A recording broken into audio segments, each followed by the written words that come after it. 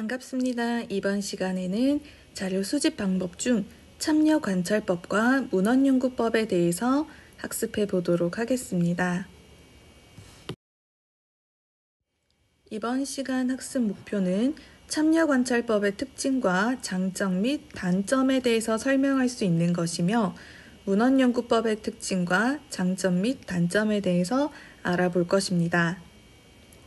주요 학습 내용으로는 참여관찰법과 문헌연구법이 있습니다.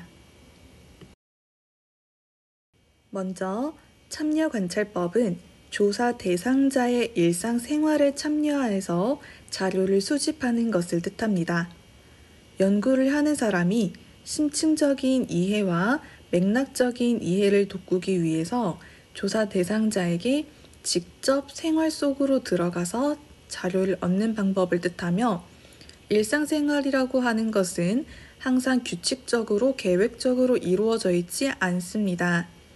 그렇기 때문에 여러 조사 방법 중 가장 비구조화되고 비표준화된 방법으로 여겨집니다. 참여관찰법을 유용하게 활용할 수 있는 것은 의사소통이 어려운 대상한테 가능합니다.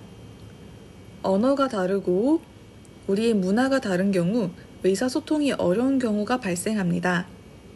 이런 경우에 조사 대상자의 일상생활 속에서 우리가 원하는 자료를 수집할 수 있습니다. 또한 일상은 가공되지 않은 현장이므로 생생한 자료로서 자료의 실질성이 보장되는 것이 가장 큰 장점입니다. 또한 장기간 연구가 가능하기 때문에 연구 대상자에 대해서 심층적 이해가 가능한 것도 장점입니다. 참여관찰법의 경우에는 한번 조사를 시작하면 몇 년 동안 진행되는 경우가 있기 때문에 이 시간 동안 대상자와 함께 생활하고 그들의 행동을 관찰하고 동기를 파악하게 되면 훨씬 더 많은 내용들을 풍부하게 이해할 수 있다는 장점이 있습니다. 하지만 참여관찰법의 단점으로는 관찰하고자 하는 현상이 나타날 때까지 기다려야 한다는 점이 있습니다.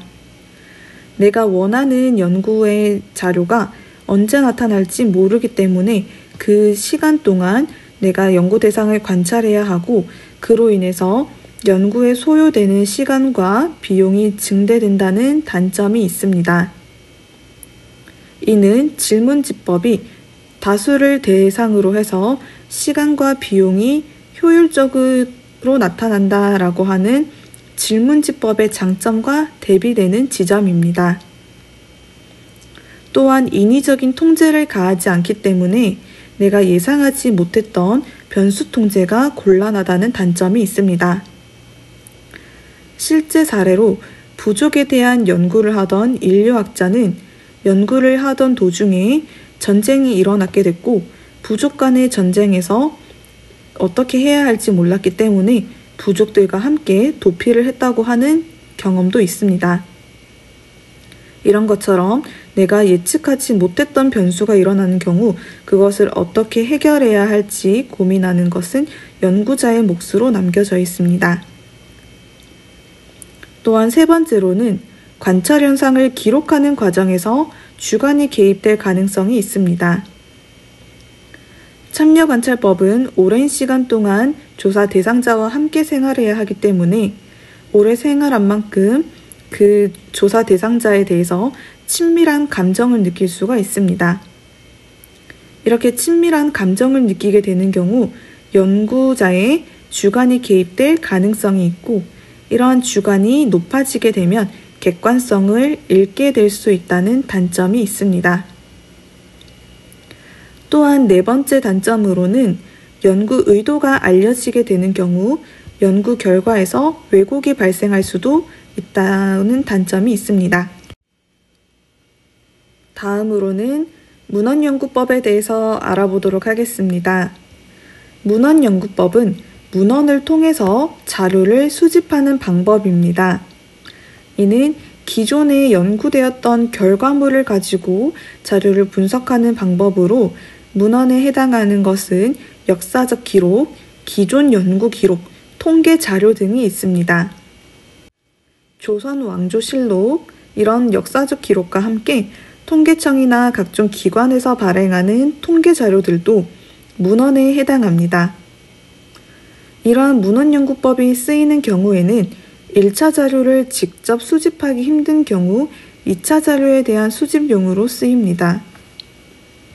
즉, 내가 조선시대에 살았던 서민들의 삶을 알아보고 싶다고 했을 때 직접 조선시대로 돌아갈 수는 없습니다. 또한 북한에 대한 연구를 진행하고 싶다고 해서 북한에 자유롭게 이동할 수 있는 것도 아닙니다. 이처럼 시공간적 한계가 있는 경우 문헌연구법을 통해서 기존의 자료를 확인하여 연구에 도움이 될 수도 있습니다. 또한 기존 연구 기록을 통해서 내가 해당하는 주제에 대해서 조금 더 확실하게 얼마만큼 진행되었으며 내가 추가적으로 어떤 연구를 진행하면 좋은지 확인할 수도 있습니다. 따라서 이는 가설 설정의 기초 자료가 되는 측면이 있습니다. 그리고 이러한 문헌연구법은 양적 연구와 질적 연구 모두에서 활용됩니다.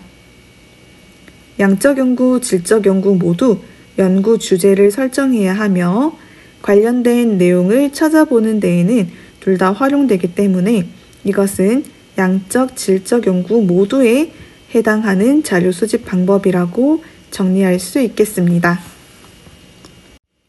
문헌연구법의 경우에는 시간과 비용을 효율적으로 활용하여 자료를 수집할 수 있다는 장점이 있습니다. 문헌연구법은 기존에 나와 있었던 자료를 토대로 살펴보는 작업이기 때문에 내가 직접 자료를 수집하는 것보다는 훨씬 더 시간적인 측면에서 절약되며 시간이 절약되기 때문에 상대적으로 비용도 절약되는 측면이 있습니다.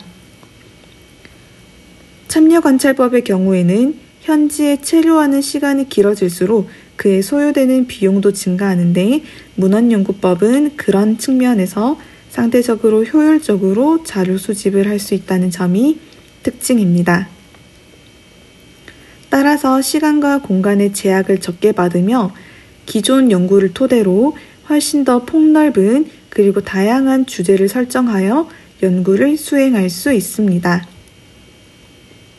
또한 문헌연구법을 통해서 기존에는 어떤 자료가 연구되었는지, 그렇다면 연구되지 않은 주제는 무엇인지, 나는 어떤 주제로 연구할 수 있는지 확인할 수 있다는 장점 또한 있습니다.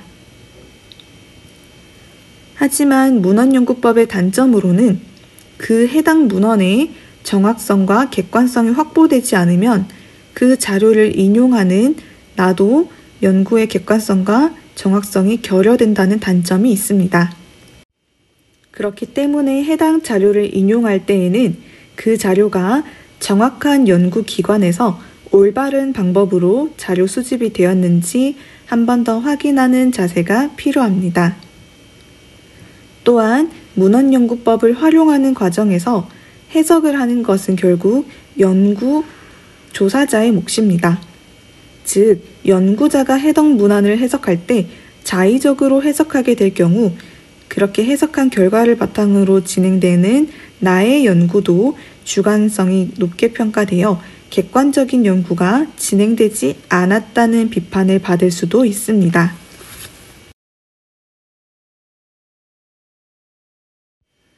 이번 시간에는 참여관찰법과 문헌연구법을 확인해 보았습니다. 참여관찰법은 주로 질적 연구에서 활용되는 자료 수집 방법으로 언어적 의사소통이 어려운 대상자를 상대로 활용할 수 있다는 장점이 있었으며 오랜 기간 동안 조사 대상자와 생활하기 때문에 자료의 생생함, 실제성이 높다는 점이 특징이었습니다.